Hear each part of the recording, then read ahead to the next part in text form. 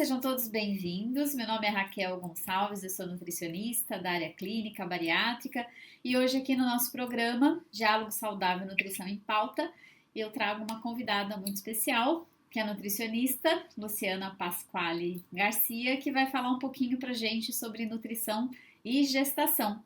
E eu vou passar a palavra para ela para se apresentar e aí nós começamos a nossa conversa aí com esse assunto tão importante, né, Luciana? Sim, primeiramente eu queria agradecer o convite, a Raquel. Nós somos amigas de longa data, fizemos a nossa especialização, né, a nossa residência em nutrição juntas, um tempinho atrás, né, Um pouquinho, um pouquinho. E agradeço a oportunidade de estar aqui com vocês falando sobre esse tema que é tão importante, que é o cuidado da alimentação nessa fase, que é a fase do gestar, né? A fase da gestação. Exatamente, então vamos começar com isso. Aí eu queria começar o gancho, na verdade, para que você falasse um pouco, assim, a gente fala muito da alimentação, agora a gente vai falar na gestação, mas a gestação, na verdade, ela começa um pouquinho antes, né? E é importante que esse cuidado anterior também precisa existir. E que, assim, de uma forma mais objetiva, que cuidados são esses que essa tentante, né, deveria ter aí quando pensa-se em gestar, em engravidar o casal? Tá, então assim, vamos pincelar rapidamente, porque esse é um outro tema para nós, né? Mas se a gente vai plantar, por exemplo, alguma coisa, uma árvore frutífera, uma flor no jardim, primeiro a gente tem que preparar esse terreno para depois fazer esse plantio, né? Então hoje a gente fala muito da alimentação nos primeiros 1.100 dias de vida. E o que seriam, né, praticamente aí esse período dos 100 dias? 90 a 120 dias antes dessa mulher engravidar. E quando a gente está falando dessa tentativa de engravidar, eu estou falando do casal, eu estou falando da qualidade tanto do óvulo quanto do espermatozoide. Então, a gente precisa das orientações, né?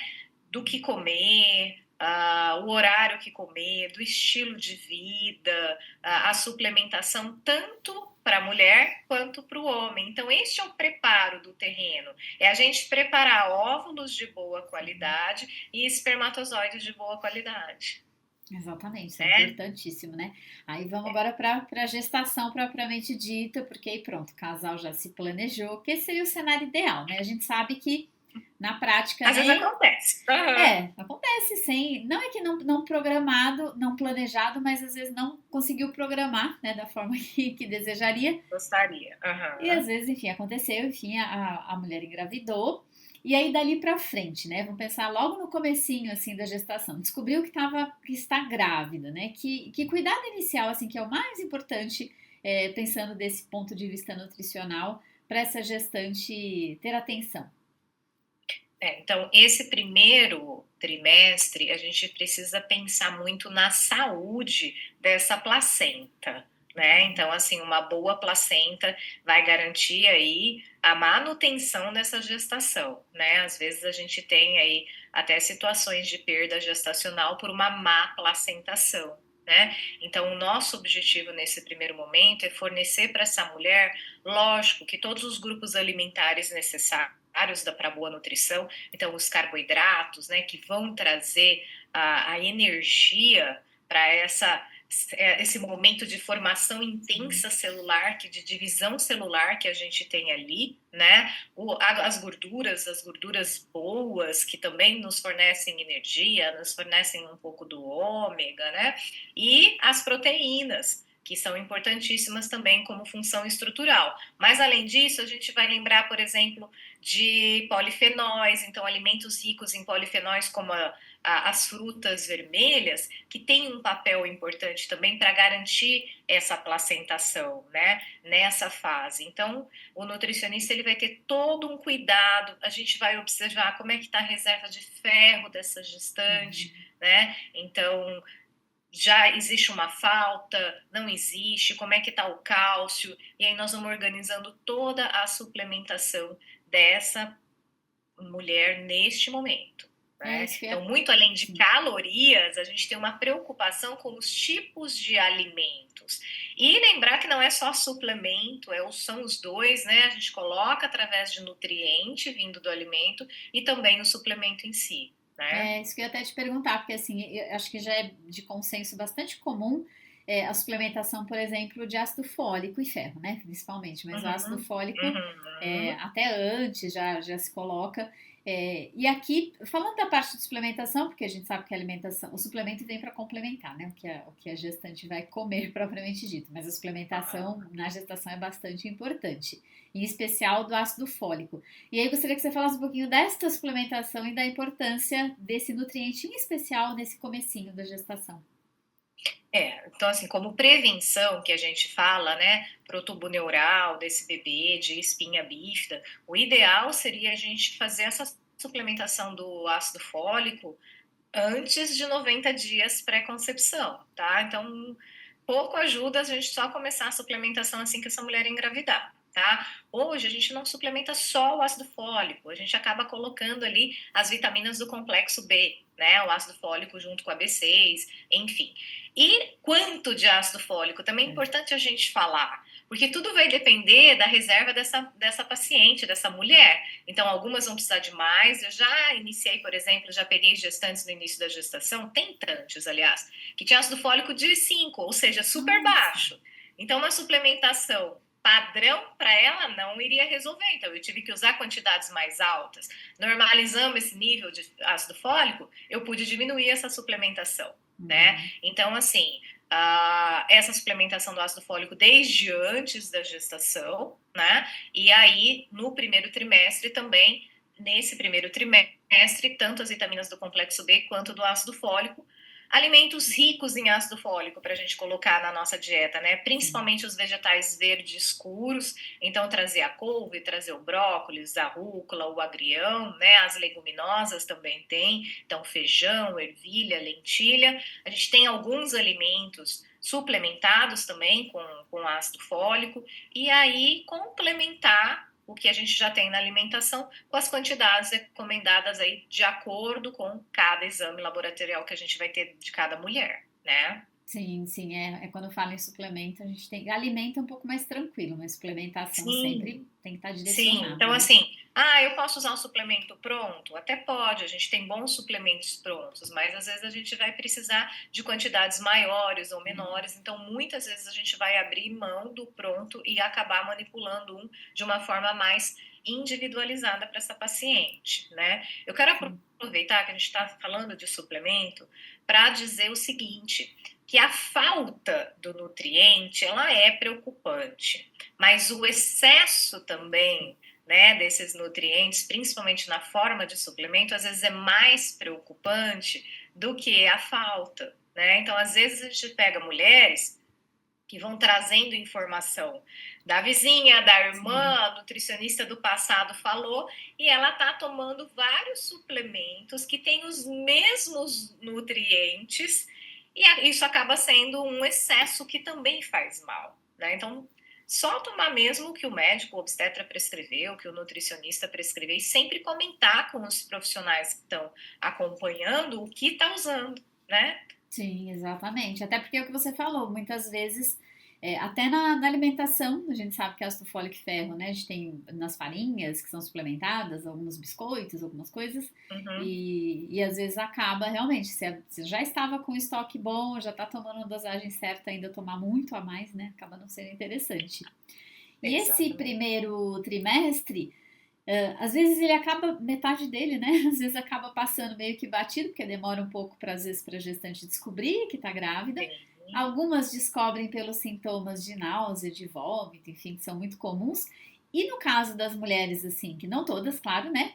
Mas algumas vão desenvolver esses sintomas aí de náusea e vômito.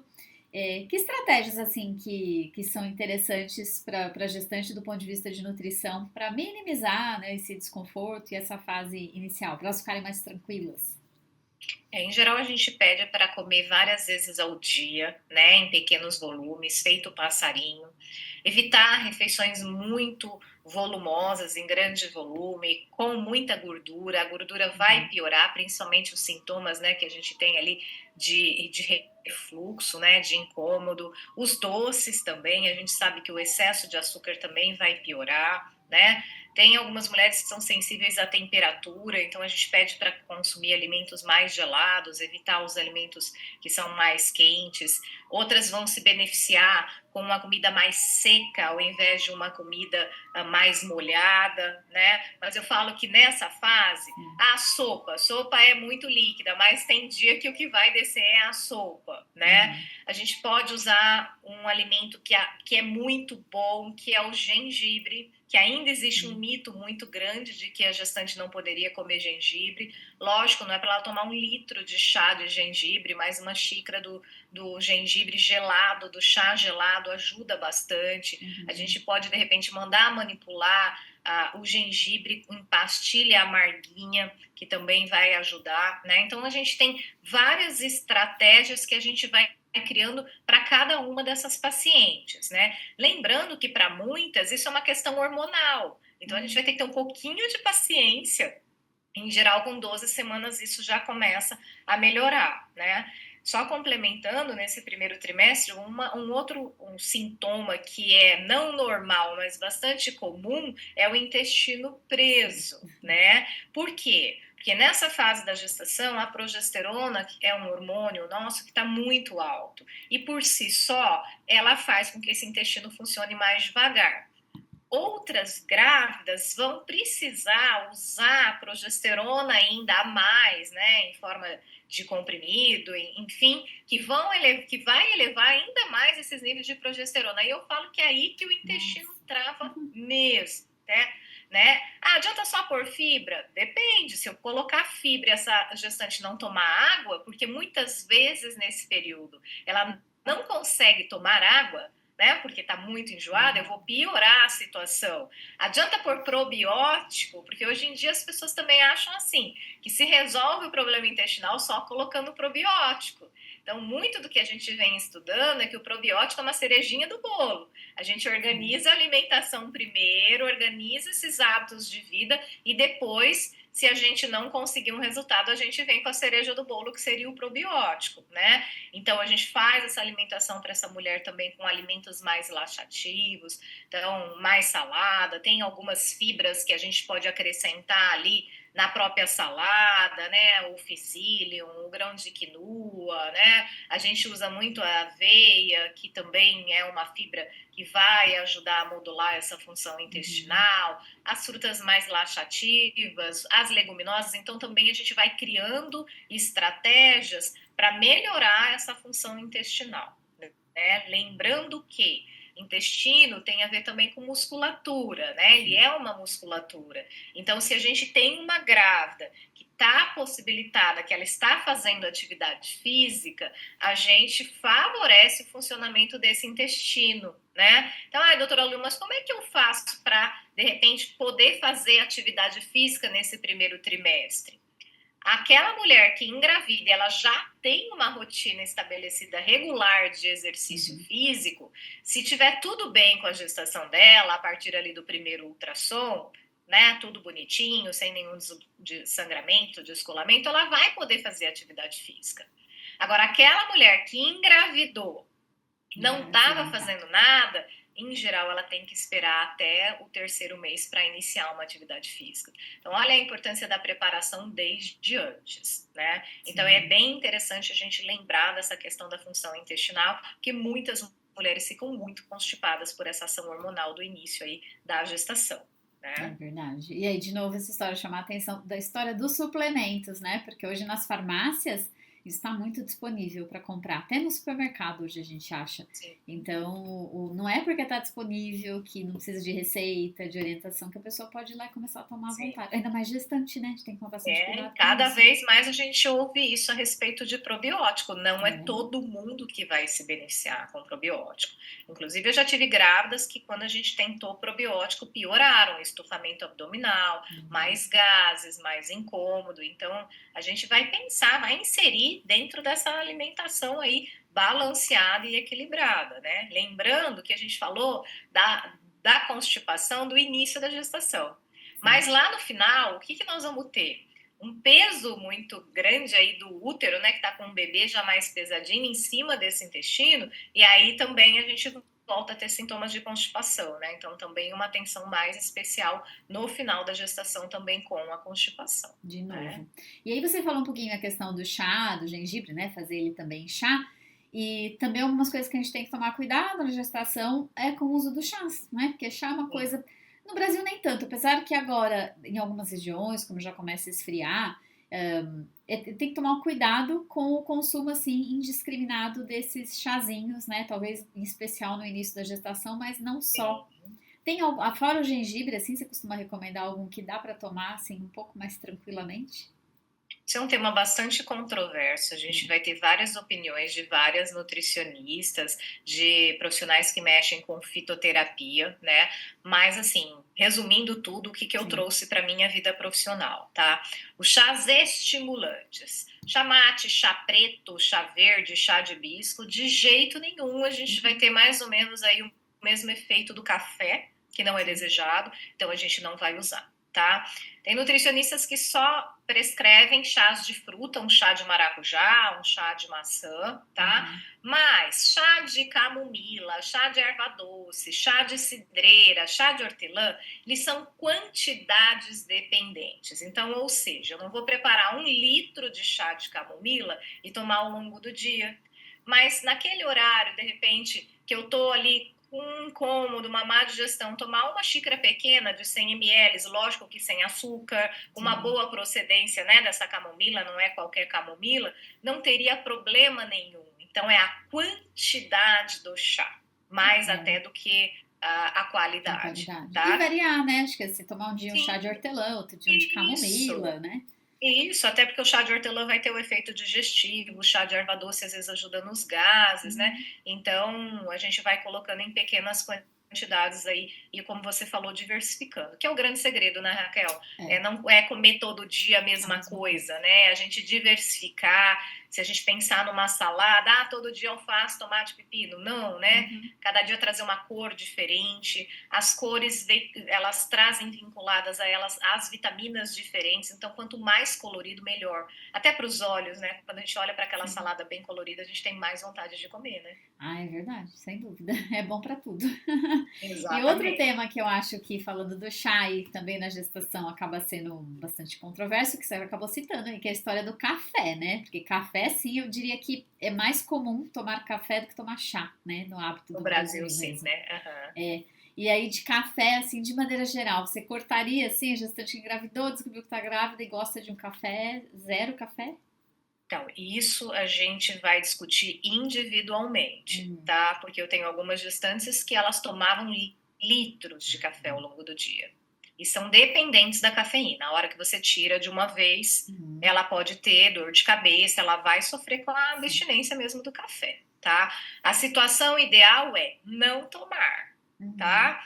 Eu tomo muito, mas eu sei que eu não devo tomar, eu quero tentar. O que a gente usa muito como estratégia? O café descafeinado, e a gente escolhe as formas de descafeinar esse café na água, para não ter aditivo químico. Então, a gente tem algumas marcas, café descafeinado orgânico ou café descafeinado na água, a gente usa, tá? Que vai ter o efeito mais do gostinho e não do propriamente vai dar o efeito da cafeína. Algumas gestantes respondem bem ao uso desse café, lembrando que alguns podem ter 0 ponto alguma coisa de cafeína, então também não é 100% descafeinado, mas a gente já consegue melhorar, né? E também não é 1 litro do café descafeinado, são pequenas porções que a gente vai colocar. Aquelas que a gente não consegue retirar, em geral a gente fala aí, 2 xicrinhas de 50 ml no dia, que seria bem pequenininho, tá? Quando tiver lá na 28ª semana, né, que faz o ecofetal, que a gente dá uma olhadinha ali na questão do canal arterial do bebê, que tem toda essa problemática hoje em dia também com os polifenóis, que poderia acelerar, né, o fechamento desse canal arterial ali do bebê, a gente dá uma olhada nisso. Se tá tudo bem, a gente tá um pouco mais seguro também para colocar, né, um pouquinho desse café. Então, eu diria assim, é caso a caso, a gente não vai cortar, né? Não vamos fazer terrorismo. A gente vai observar e vai inserir dentro dessa alimentação. E lembrar que às vezes não é só o café, né? É o café, é o excesso do chocolate que está presente. Mas eu consumo o chocolate 70%, né? Então tem mais polifenol ainda, né? Então, assim, a gente precisa tomar um pouco de cuidado e ver como é que está inserida essa quantidade dentro de uma alimentação balanceada. Mas eu não corto para todas, tá, Raquel? Eu converso e tento inserir aí dentro da realidade de cada uma das minhas pacientes ou não, tá? Aí você tocou em outro assunto que hoje é uma coisa mais moderna, vamos pensar assim, que eu tenho certeza que um monte de gente que vai assistir aqui nem sabe disso, que é a história da presença dos polifenóis, principalmente no último trimestre da gestação, conducto arterioso. E aí, se você puder rapidamente explicar o que é isso, porque eu tenho certeza que tem gente aqui que nem sabe o que é isso e o que acontece, né? Quando consome o tal dos polifenóis e onde estão esses polifenóis na nossa alimentação, porque isso faz parte da nossa dieta, aí já não é suplemento, né? É alimento. É alimento. Então, assim, a gente tem as fases que o polifenol é extremamente necessário. Eu citei na placentação ali no primeiro trimestre. E tem outras que a gente precisa se atentar. Por exemplo, né, essa questão da uva. Nossa, isso virou um terrorismo. Eu recebo muita gestante que fala, não, mas não pode comer fruta vermelha, eu não posso comer uva. Né? Então, o quanto de uva seria prejudicial? Né? Então, o que acontece? O que a gente já sabe? Se existir um excesso dos polifenóis para algumas gradas que a gente não sabe quais que vão ter, quais que não vão ter, tá? Esse excesso pode fazer com que lá no coraçãozinho do bebê se feche ali um canalzinho arterial, tá bom? Que não é legal, diminuindo a passagem de fluxo sanguíneo, tá? A gente teria um problema. E aí a gente teria que fazer todo um cardápio específico para essa mulher e controlar muito bem o que ela come. Então, uma coisa é prevenção e outra coisa é tratamento, tá? Então, quando eu trabalho com prevenção, eu vou tirar, então, ali a partir de 28 semanas, eu vou diminuir a quantidade dos polifenóis. Então, o café que a gente já está controlando, os chás estimulantes que a gente nem está tomando, o chocolate, quanto mais 70%, 80%, né, mais cacau ele tiver, mais puro, ele vai ter mais polifenol, então eu também vou controlar isso. E as frutas, gente, vai comer um cachinho de uva, não vou comer a caixa da uva. Então é só evitar o excesso, tá? Então, retirar totalmente, fazer aquela dieta mais severa, é a hora que eu recebo um diagnóstico laudado lá no ultrassom do ecofetal pelo cardio, né? O cardio que faz o ultrassom desse bebê, e vem lá restringir, já tem o fechamento do canal, e aí a gente faz toda uma dieta específica para essa mulher e a gente consegue minimizar esse processo, e aí a gente não tem o fechamento, tá? A gente melhora isso. Mas em 25, 28 anos já de profissão, tratar mesmo, eu tive 2 pacientes no consultório, só que eu precisei tratar isso. As outras todas a gente trabalha mais como prevenção. Tá? E aí também acho que entra a história que vale a pena também chamar atenção, não só por conta dos polifenóis, mas pela concentração dos açúcares, que são os sucos de fruta, né? Concentrados. Sim. Eu brinco que suco não combina com gestante, né? Então vamos pensar um suco de laranja. Se eu for espremer um suco de laranja puro, eu vou ter num copo de 250 ml. Se a laranja tiver boa, as 3 laranjas, mas em geral elas estão com menos caldo, a gente vai colocar 4, 5 laranjas espremidas ali. Então eu tenho frutose, que é o açúcar da própria fruta, de 5 laranjas ali dentro. Então, se eu tenho um problema na gestação, que é a questão do açúcar, da insulina, que não funciona lá muito bem, então eu tenho que minimizar isso, né? Então, ao invés de um copo com 4, 5 laranjas, eu vou chupar a própria laranja, que ainda vai ter toda a fibra ali e que vai me ajudar nesse sentido também desse controle glicêmico, tá? O suco de uva também, né? A quantidade de frutose que a gente tem no suco de uva, dos polifenóis também que a gente tem no suco de uva é muito alto. Então, quer tomar suco de uva? Eu brinco que é um dedinho e o resto de gelo, né? Então, a gestante, ela precisa sempre comer a fruta, ao invés de optar pelo suco. Exatamente, que aí você tocou no outro assunto importante da gestante, que é assim, no início talvez não tanto, mas da metade da gestação para frente, que é essa tendência natural fisiológica, né, da falta de ação tão eficiente da insulina e o risco aumentado de diabetes gestacional também a partir daí, né? E aí a importância de controlar, a gente fala não só para quem é uma gestante diabética, mas para qualquer gestante, esse cuidado com não só os açúcares, mas eu acho que os carboidratos de maneira geral, a distribuição na dieta passa a ser muito importante também, né? Então, assim, a partir ali da 24ª semana, a gente tem um bombeamento maior de alguns hormônios da gestação. O lactogênio placentário é um desses nomes de hormônio que atuam muito nessa fase, e esses hormônios vão lá e fazem a insulina funcionar de uma maneira menos eficaz, né? Então, se a gente já está numa dieta bonitinha, uma alimentação balanceada, controlando os carboidratos e também esses açúcares, a gente já minimiza essa questão, né? Agora, o fator genético é importante. Então, algumas gestantes elas podem estar comendo direitinho, elas podem ter ganho pouco peso, mas de repente elas vão desenvolver o diabetes gestacional, né? E o tratamento do diabetes gestacional, acho importante a gente falar isso. Em grande maioria, digamos que em 90% dessas mulheres, é na dieta. Então, eu vou ter o mínimo possível de algumas grávidas que vão precisar da insulina, ou, né, que é a medicação mais utilizada nesse momento. Então, a maior parte a gente vai controlar através de uma alimentação. E falando de carboidrato, né, Raquel, é importante a gente falar que ele não pode faltar, né? É importante, a gente está falando em geração de energia, novas células aí para esse embrião, para esse óvulo se desenvolver, né? Então, eu preciso da energia vinda desse carboidrato, mas também não pode ter demais. Então, olha o papel do nutricionista aqui. A gente fala que pelo menos 50% da energia que uma gestante come, pelo menos tem que vir do carbo. Né? E hoje em dia, aí, né? Tomar cuidado porque as mulheres cortam carboidrato. Né? Exato, é o mais comum, né? Então, tá de dieta, só come proteína. Exatamente, não é isso? Quero formar músculo, mas não como carboidrato, então, né, não tem muita lógica, mas esse é um mito que acontece muito. Então, assim, o carboidrato, existem bons carboidratos, né? Não tô falando que é pra gente comer doce o dia inteiro, bolacha, biscoito, né? Mas também não posso comer nunca um pão francês? Também pode, a gente vai inserir dentro do hábito alimentar dessa paciente. Às vezes, quando eu libero um pão francês, elas falam, não acredito, eu já gostei de você, porque você me deixou comer um pão. Eu falei, gente, né? É o excesso, não são 2 ou 3, é um só, né? Então, a questão do diabetes gestacional, ele é uma preocupação, né? Quando é que a gente faz esse diagnóstico? Na maioria das vezes, nessa fase que a gente falou, né, com o teste de tolerância à glicose, que é aquele exame meio chato, que a gestante toma um copão de açúcar, né, e aí a gente vai ter esse diagnóstico, mas a gente precisa lembrar que mulheres que engravidam, lá naquele primeiro exame da gestação, a glicemia de jejum veio acima de 92, já é diagnóstico do diabetes gestacional. Sim. Então, a gente já vai começar a tratar desde lá. Já, né? Tá?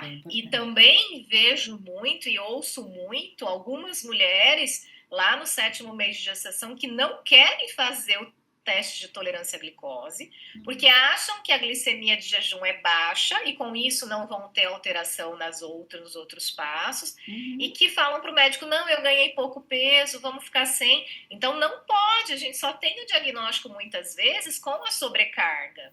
Sim. Então, se existir alguma coisa que impede essa mulher de coletar esse exame, nós vamos arranjar outras estratégias, como, por exemplo, as medidas capilares das glicemias, né? Vai lá, come, a gente põe os horários para fazer esse acompanhamento também, né? Por que antigamente a gente tinha muitos bebês nascendo com 4,5 kg, 5 quilos, né? Porque a gente não tinha esse tipo de exame e essas crianças provavelmente foram todas, não todas, mas a grande maioria pode ter sido filhos de uma mãe diabética gestacional. Exatamente, né? Sem diagnóstico naquela época. Sem diagnóstico, por isso que a gente faz muito mais diagnóstico hoje, porque a gente tem um exame específico para isso. Né? É verdade. E também, assim, acho que para a gente já ir caminhando para a nossa finalização da nossa conversa, uma coisa que também que eu acho que é um mito é aquela história, engravidou tem que comer por 2, né? Porque o ganho de peso tem muito a ver com o aparecimento do diabetes e a piora do quadro, mas não só, né? Então, assim, não é comer por 2, né? Então vamos lá, né? A gente sabe que uma gestante, até mais ou menos ali 24, 28 semanas, o que ela precisa de energia é a mesma quantidade de uma mulher ali na faixa etária dela que não está grávida. Então a gente tem que prestar atenção na qualidade dessa dieta e não necessariamente em aumento de caloria, melhora de nutriente, mas não aumento de caloria. E nesse final, a gente precisa de mais calorias diárias, mas isso é tão pouquinho, né? São 300 calorias. Vamos colocar isso numa linguagem popular, 2 pãezinhos franceses são essas 300 calorias por dia, né? Então, assim, não é tão mais, não. Já caiu por terra que aquela mulher que ganha 20 quilos, ela vai ter um bebê mais saudável do que a que ganhou 8 ou 12.